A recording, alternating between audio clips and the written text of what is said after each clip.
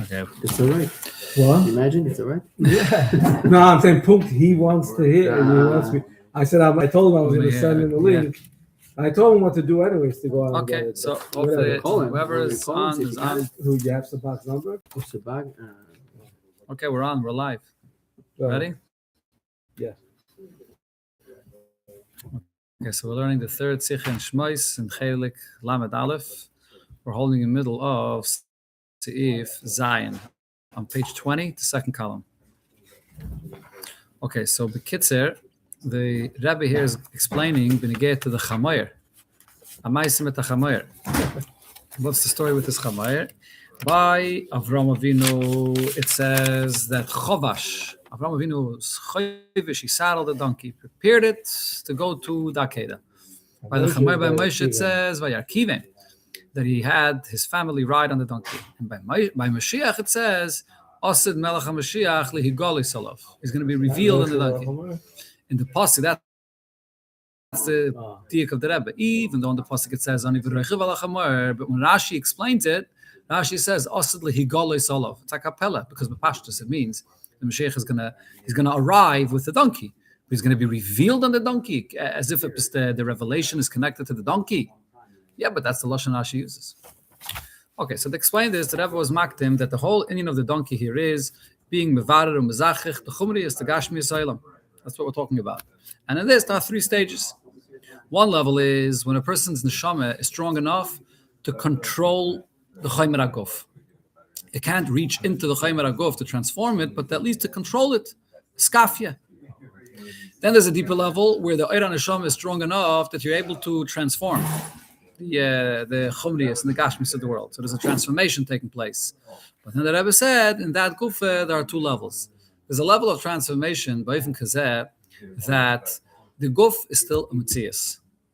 And the Neshama is another Metzias.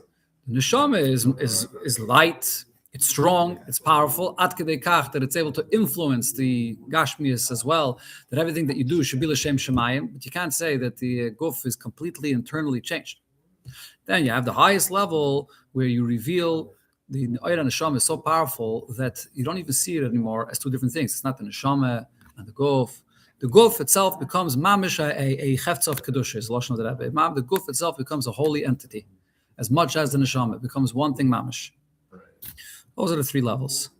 Okay, so let's continue inside. We're in the middle of the Zinya where it says Ukishem. Yeah, in the second column on page 20. Ukishem shehu ba'avedas. You see it? Ukishem shehu ba'avedas kol echad v'echad b'frat. Just like this is true in Avedas Hashem by every individual. Kain hu b'chlolus chumri yisraelam. The same is true regarding the condition of the world. Sheyesh shloisha ifanim bebirav v'zichach chumriyas. There are three stages in refining and elevating the materialism of the world. And that allows for the Eibish's Kedusha to be revealed in the world.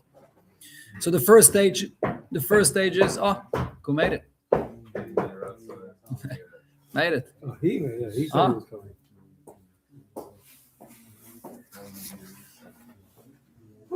Okay. Beautiful. It's not so bad. Yeah, it's just... Okay, let's continue. So the first level is Hachnoas ubitul gasus v'chumri yisaylam, to have the ability to control, to subdue, and even nullify the grubkeit, the coarseness of the world, minas ashras akdusha, which doesn't allow holiness to be there. Shebitul shviris achumriyes noisim makayim shiyeh gilu kedusha ba'olam. If you break that grubkeit, so now there's a possibility for kedusha to enter into the world. Does it mean that the kedusha is transforming everything? It's not transforming. When you have a world which is expressing its essence of ego and existence, and I am it and I am everything, so then that's a contradiction to his existence, because the Eibish's existence says what? That he's the only thing. And then you have an existence of the world that doesn't just exist, but it comes with an ego, with the I exist, and the whole espashtus of the Welt. So the first step is to get rid of that chumriyas, the grobkeit, the part of the existence of the Welt, which is a disturbance, which doesn't allow the Eibishter in. That's the first level. So there, Al Kopanim controlling it. Hey, the next step is Shagashmi Yisraelam is Barer Umizdachech Ad Shanase Keli Legilei Kedusha. We're not only getting rid of the negative, but we're actually turning the world itself into a vessel. We're revealing how the Welt itself could be utilized for Kedusha. Right, so for example, if we would be talking about the person eating food. So what's the description of the two levels that I was talking about here? One point is a person is eating food and he's eating only the shem taiva just for himself and his own selfish enjoyment. So the first level is to minimize that, to slow down the grobkeit of the achilishtia. That's one level. But does that mean that what he eats is l'shem shemayim? Does he mean that he sees the food as a vehicle of how now I'm going to be healthy and I'll have more energy to learn Torah? He doesn't necessarily view it that way. Elamai could upon him to slow down the grobkeit of the eating and that entire immersion and the overindulgence in Elam Hazeh distracts a person that when he's going to be in the middle of davening or learning, he's not going to be able to focus because so much of him is attached to Welt that he's going to have all these machshavas others that won't allow him to focus. So the first step is to control, to get rid of that disturbance, and therefore to allow the neshama to shine, to be. The second step is a keli. The person realizes when I eat, what's food? Food is chayis, it's koyach. It's the energy of the Eibusha that gives a person the ability to learn and daven. It's much greater accomplishment. Okay, that's the second level. Gimel, what's the third level? Tachlis ashleimus bebirir v'zichach ha'ilam. The ultimate purpose in refining the world is sha'gashmias atzmot iskadish, that the physical itself becomes holy. Shezeh yeh la'asad lavai kishikuyim ha'yiyod v'niglak v'davai v'rok v'bosa yachtu k'piyah v'yadiber. When the physical world itself will be holy, ha'nesh zois tiyat chunas habasar la'asad lavai. This will be the character of the basar itself. She is dachech hachiyeh b'yacholtoi shel habasar mitzad atzmai liras k'piyah v'yadiber. Right, the famous diak in the lashon of the basar says that's the easiest part. When Moshiach comes, yeah. The example in another place, the Rebbe says the example for this before Moshiach comes, where the Gashmis itself becomes holy, the mashal regarding Achilu Shtia is the eating and drinking on Shabbos and Yantiv.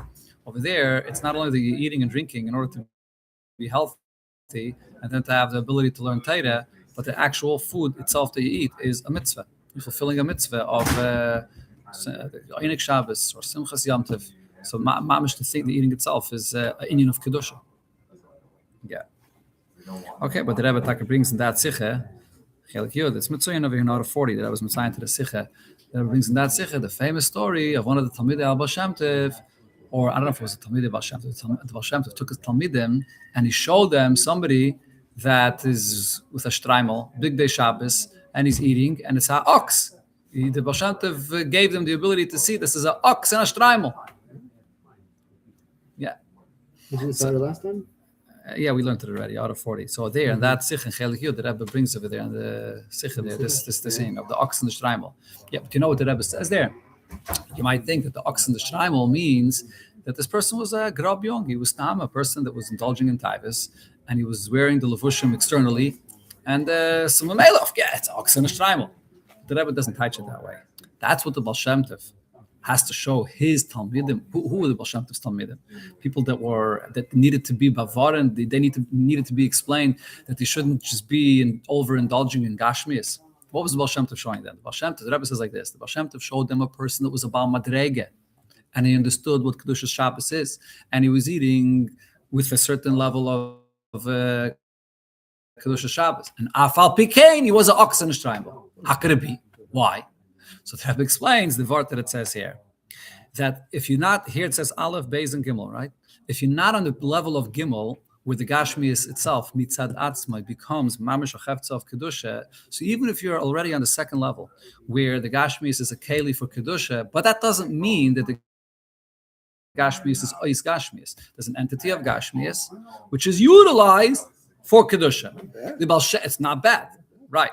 But the Baal Shem Tov wanted to show his Talmidim what the ultimate purpose is, Moshiach. The Baal Shem Tov was the beginning of this Galus of Moshiach. So the Baal Shem Tov wanted to show the ultimate thing is that it's B'chlal not two entities. It's not Gashmias and then Ruchnias. It's like the Asad Lavi, where the Basar itself, in its own character, sees the Eibishter. And this person that Baal Shem Tov showed them at the level of Beis. He didn't get to Gimel yet. And therefore, he was an ox on a shtreimel. So saying, when you hear that story of the ox on a shtreimel, he was a big mamadrega. It wasn't... So we're an ox on a shtreimel. Maybe. I don't know. I don't know how... Well, let's see. Yeah.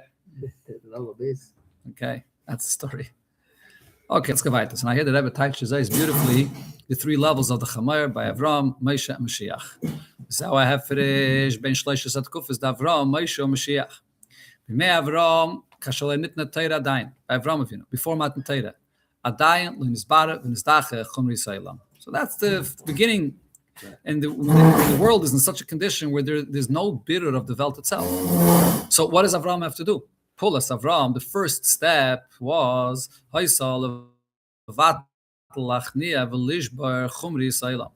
it's to nullify, or at least to subdue, to break the coarseness, the stubbornness of the existence of the world.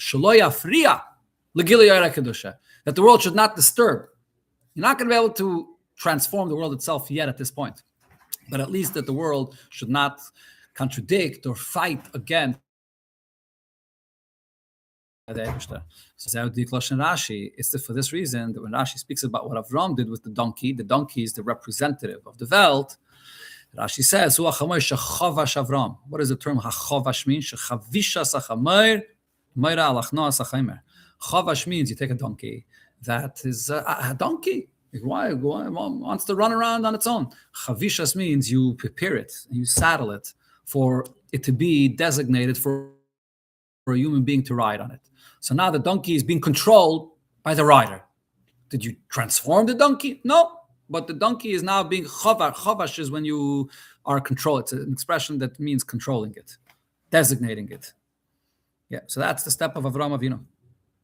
Okay, take a look in Order 44. The Rebbe here brings a very interesting lashon that it says in one of the Mefarshim, what Avram accomplished, on one hand, this is a lower level, but this is the first step, but this is a big novelty.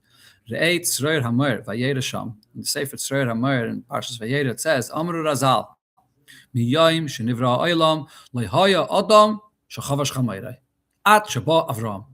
So you learn this medrash. It's like a pellet gemed, but nobody rode on a donkey before this. Nobody saddled their donkey. This Inyan, this Inyan that we're talking about here, to saddle the donkey the way Avram did it, nobody did it until Avram Avinu came. What the Rebbe L'chayr is trying to point out on this ha'ara is that initial breakthrough, it says in Chassidus, in Basi Legani, so it says that the Eskafia, in a way, is greater than the Sapcha. The Eskafia Sitrach, the Starik, he called it Kutshibricha, B'kul Alman, because that initial breakthrough, when they're strong, and the person is controlling that and fighting with it and breaking it, there's something that's novel, there's some much greater chiddush there. So that initial breakthrough, that step Avram Avinu did. In Hara 45, the Rebbe adds another thing about Avram Avinu. Pikalana yumtak zeh shalehevi Rashi hu achamor ben ha'osain shenivras ben hashmashas. Rashi, when he wants to speak about what's unique about this donkey, he doesn't go back to the beginning of creation, that this is the donkey that was created ben hashmashas. Why not? So earlier in the Sikha, the Rebbe explained that Pipshuta Shal Mikra Re'ele El Siv Gimel. But now the Rebbe says the reason is ki ha'hat goshe berashi hi ba'avodas u'pu'ulas ha'odam b'chamar. Rashi is discussing not about the chamer itself. The discussion here is not what's the unique thing about the entity of this chamer. The thing we're discussing over here is what the person does to the chamer. We're not talking about this chamer that it's a unique donkey that was created from the Eibishter, bein hashmashos, for a unique purpose. No, adarabah. If that would be the case, then how does this donkey represent the Grobkeit of Welt? It's not part of the Grobkeit of Welt. It's a miraculous donkey in the first place, created for this purpose, and it's alive for thousands of years. So it's a stira to the whole point there. So therefore, Rashi doesn't bring that prat. Adarabah, here the point is that this is the donkey that's representative of the real Grobkeit of Welt, and Avram Avinu broke it. That's the first step. The second step, Bimei Moshe. So this is already after many generations. Avram, Yitzchak, Yaakov, Shvatim, weiter, and finally till Moshe. And after the Yidden were already in Galus Mitzrayim, close to the end of Galus, 210 years, where it's a Kur HaBarzal, as the lashon of the pasuk, where you take gold and you refine it, or silver, you refine it in a refinery. Shezichach es Yisrael, Al yedei kaishi yeshibud b'chaymer b'levenim and v'kashen nizdach liYisrael nizdachach gam ken ha'olam v'gashmiyusah v'chumriyusah. The Yidden in Mitzrayim with their zichoch brings a zichoch in the world in general. So hagia ha'olam l'matzev shegashmiyusah tia keli la'oira kedusha. So now the world is elevated to the next step. You don't have to break through anymore the stubbornness and be a vessel for the Eibishter. So for Shenem by Moshe, so therefore here by Moshe, what does it say? Vayarkivei malach hamoir. Kiva means you're riding on the donkey. Sha'avayde the chavishes hamoir, preparing and saddling and controlling the donkey. Kvar nasis like the Avram Avinu. That's accomplished. And now you could actually sit onto the donkey and ride on it, where the donkey becomes something that carries you and takes you from place to place. And now the light of Kedusha could enter through the coarseness of the world. That's the second step. So what's lacking here? If it already is carrying, it's a keli, so what's missing? What do we see and what happened there? So the Rebbe explains, Elo sha'oz hoyadayim ba'oifin devayarkivim ala chamoir. Hani sha'oir v'gili oira kedusha eino misyachas lachamoir. True, the rider is the one that is in control, take him, but it's still two entities. There's the one that rides, and there's the one that is then there's the donkey itself.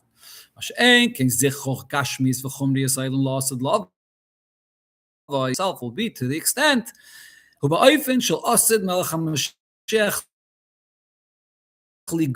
all love. Not it's over here the lihigolis. The thing is, why does Rashi say this? That he's going to be revealed on the donkey. Why would you would think Mashiach is going to arrive on the donkey, then he's going to get off the donkey, and it'll be revealed. It's going to be revealed on the donkey, because what it's saying is that the gilui itself is coming from the chamer. The actual donkey itself, Yegala es oir akadusha ba'olam. The donkey is not only carrying and delivering Mashiach, assisting Mashiach, bringing him to a place where a human being can't go on his own, because a donkey could help a person ride to a far distance, but it's more than that. The actual donkey itself will express Mashiach. The donkey is going to speak. It's the gilui of Mashiach is coming from the donkey itself. That's the part over here. So this is the ultimate revelation of when Mashiach comes, the basar, the donkey itself. There's an interesting Gemara. The Gemara says, that I spoke about this in connection to this Inyan. Gemara in Sanhedrin, in Perek Chelik, where it speaks about all the things about Mashiach. There's a Gemara that says that, I think it was Rabbi Yosef. Rabbi Yosef said, Yeseh v'lo yachminei. When Mashiach comes, I don't want to be there. It happened. There could be tzaris. It could be all kinds of. He says, "Let him come." I don't want to be there to see it. One of the other Amirim or Tanaim said, "Yeseh v'yachminei." Let him. And he said, and not only that, even if I'll have to be in a place that's so low, and I'll be in a place which is in the shadow of the dung of a donkey, that's okay. I want to be there and see when Mashiach comes. Right. So the Rebbe explained that you're talking about a donkey, and the shadow of the dung of a donkey is like the lowest description. Funny description. The lowest kind of description of chumrius of the Welt. It says when Mashiach is going to come, I'm going to be in that low place, but I want to see Mashiach because Mashiach is going to penetrate this as well. So it's a kind of a vart. Yeah, you ever heard of this Gemara? A whole argument. There's a few Tanaim that discuss: do they want to be there when Mashiach comes, whether not? Okay, let's finish off the Inyan here. The last point in the Sikha, the Rebbe explains another detail according to this. Based on this, we have now a deeper understanding for another distinction being Gimel Chameirim, Avram, Moshe, Mashiach.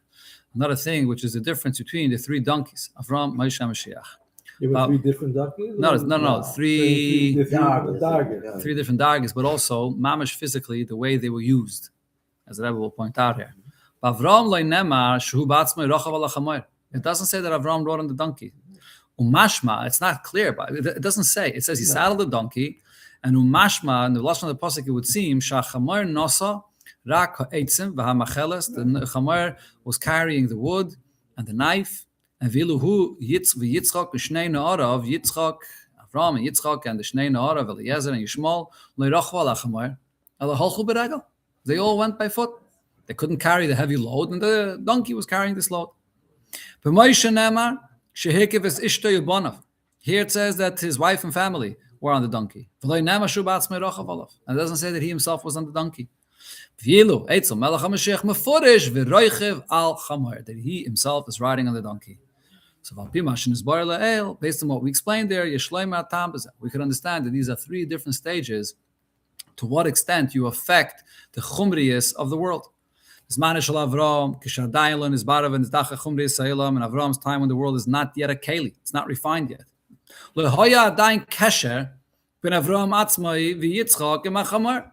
There's no connection between Avram and the Chamar. There's a great gap between them. True, the donkey is not going to disturb, and the donkey is going to carry the wood. It's going to do what he's being told. But at the same time, Avram Avinu himself is not riding on this donkey. It's not a keli for him. There's no real connection between them. It's just not disturbing. It's on Moshe. However, when it comes by the level of Moshe, when the world is already refined to some extent, it's possible for it to be a keli for kedusha. So that's already a step closer to Moshe himself. His wife and his family are riding on the donkey. They're not only carrying their packages, but closer to him. It's already more of a connection. If your own family is riding on the chamar, so Moshe Rabbeinu must have been very close with them to the donkey, even if he wasn't on top of the donkey, but he was right there. Aval, but still, that's not the ultimate thing. The Kedusha didn't penetrate to the extent that the Gashmius itself was sanctified. Yes, it's a vessel. So there's still two entities. There's a light that comes from above, and then there's the entity of the donkey.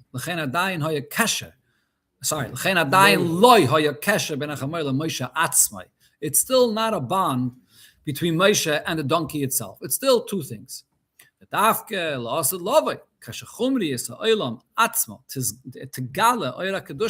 The world itself is completely transformed, that it reveals holiness. Then that's when Mashiach is revealed on the donkey itself. Mashiach is going to ride on the donkey itself. Then we're going to see the revelation of Mashiach to this extent of Kamayim L'Yom Achasim, Echsha Mitis HaMetzias Shel Kol Nivra Hu HaMitis Yimatzei. What is the true existence of everything in the world? It's the true existence of Hashem, in the Lashon of the Rambam. The Lashon Admur HaMtzoi, and the expression that the Mittler Rebbe says, Sha'oz Yizgale Sheyesh HaNivra Hu Chad Im Yesh HaMiti. The creation itself is the expression of the Yesh HaMiti of the Eibishter, the true existence of the Eibishter. I always wondered about the Sikha, that this is Hasbro explaining how Ani V'Rechav Al HaChamayr is the ultimate expression of the Shleimus of what Mashiach will accomplish. But on the other hand, in Chazal it says that there's the two psukim describing how Mashiach is going to arrive, either Ani V'Rechav Al HaChamayr or Arum Anani Shemaya coming on a cloud. And the Gemara says that it's another thing. Chivri the Beis Rebbe that is. And what does Gemara say? That if he comes on a cloud, that means that it was Zachu. Zachu is going to be Anani Shemaya. If it's Loi Zachu, then it's Ani V'Reichav Al HaChamayr. How does that fit with what the Rebbe is saying here in the Sikha? That the Ani V'Reichav Al HaChamayr is the ultimate bitter of Zichoch in the Gashmis and Chumri Yisraelam. And Chazal still say that there's an Inyan of Loi Zachu in this. I've understood 100% how that goes together. But this is the Hezbollah over here in the Sinyan, where the Rebbe explains it here. We weren't Yeah, that's usually the pshat that it says. So, that the Loi Zachu means, that it's not a full zichach yet. So the Mashiach is going to have to do the zichach. So he's by him coming on the Chamay, he's completing the zichach. That's the part. That's just my guess. That's my possibly.